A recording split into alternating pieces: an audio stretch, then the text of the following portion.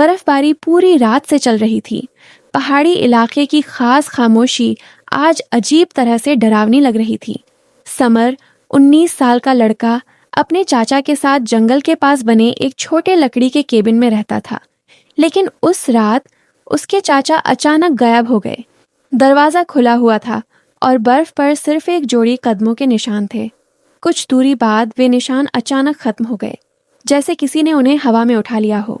Summer ने torch उठाई, coat पहना और जंगल की तरफ चल पड़ा।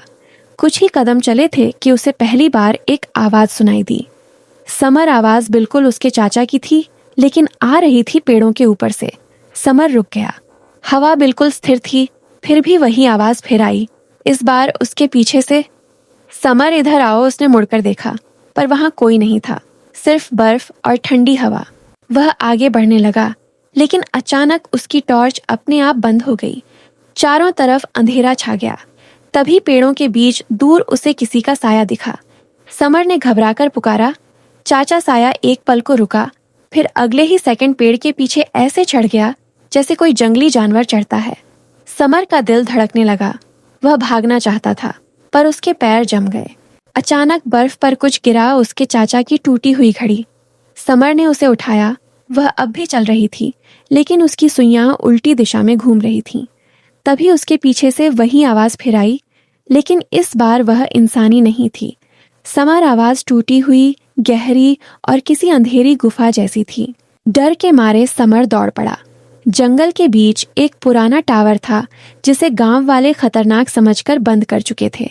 समर उसी की तरफ भागा और अंदर घुसते ही दरवाजा उसके पीछे जोर से बंद हो गया।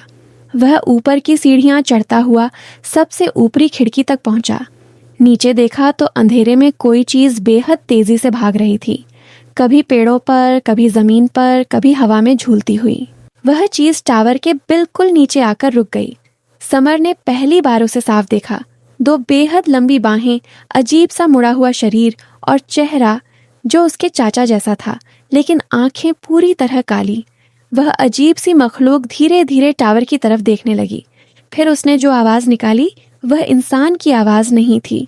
असली समर, नीचे आ जाओ। समर जड़ हो गया, क्योंकि नीचे खड़ा वह साया अब उसी की आवाज में बोल रहा था।